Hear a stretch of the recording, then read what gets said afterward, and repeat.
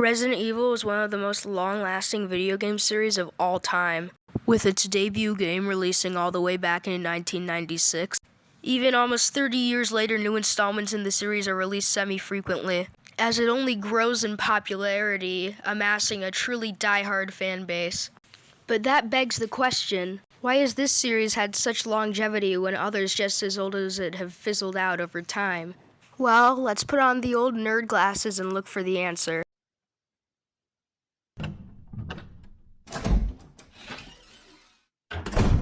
You see, if you were around in, per se, 1995, a year before the first game in the series released, and you wanted, quote, high-stakes gunslinging action, you'd probably just wind up playing Contra.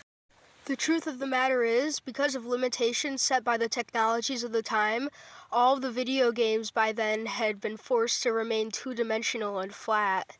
That is, until Mario 64 rolled around in 1996, being the first true 3D game as we know them today. It completely reshaped the landscape of the medium and launched a huge tidal wave of 3D. But if you want more on gaming before 3D, how 3D affected the gaming landscape, and what Mario 64 did to contribute to the development of 3D, then I suggest you check out my Mario 64 video called Mario 64, the Pioneer of 3D Video Games. Anyway, back to that 3D tidal wave I mentioned. One of the entries that rode that first wave of 3D games was, you guessed it, Resident Evil 1, released later in that same year of 1996. And lo, it was a massive success, which I believe was in part due to the fact that it so much as just used this new and revolutionary technology, but was also likely because of the unique way in which they went about using it. I mean, look at this. At the time, its usage of dynamic movement and depth in enabling it to portray a sense of immersion and eerie terror made it one of a kind.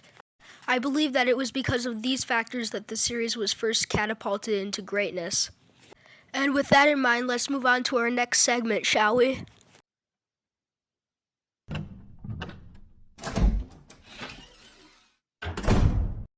Following the immense success of the first game, a multitude of sequels were released in quick succession, such as Resident Evil 2, Resident Evil Code Veronica, and Resident Evil 3 Nemesis, all following what is essentially the same overall gameplay format. This continued into the early 2000s, and most of these games received a whole slew of ports, allowing for what ultimately became a massive consumer base. But it was by this point that the gaming landscape was starting to change and develop. And this gameplay formula, with its static camera angles and wonky controls, soon became out of date. And the series was faced with a choice. Stick with its aging gameplay format and risk fading into obscurity like so many games before it, or get experimental and try to adapt to changing times. But fortunately for us, they chose the latter. And in 2005, they made the revolutionary Resident Evil 4.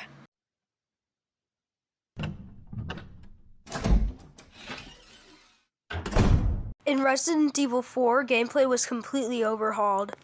And instead of the static camera angles and pre-rendered backgrounds of the games in the series up to that point, it opted to become one of the first games to dabble in over-the-shoulder third person, which has turned out to be such a timeless and brilliant gameplay type. Not only did it become a mainstay in the series, being used in multiple entries up to this day, but it's also still very popular in the gaming scene as a whole. So it's safe to say the franchise had found its footing. But with its newfound stability, did its evolution and development stop?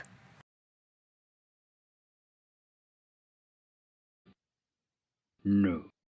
That's right, instead it constantly strives to maintain its place on the cutting edge of the landscape, doing so using only the most groundbreaking developments at their disposal, using only the best computer graphics has to offer alongside modern technologies like ray tracing to create hyper-realistic visuals that are never outdated and continue to impress.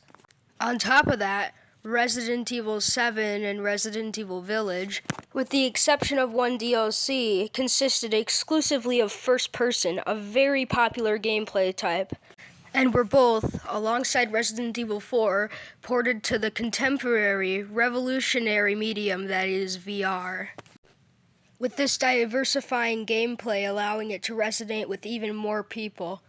But perhaps best of all is how they've started going through with all of the old outdated games and completely remaking them with modern graphics and gameplay so that a new generation of people can experience them like never before.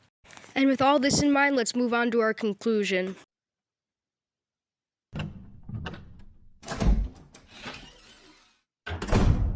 All in all, I'd say that Resident Evil has managed to stay afloat through the years because it continues to develop and adapt to the changing landscape around it.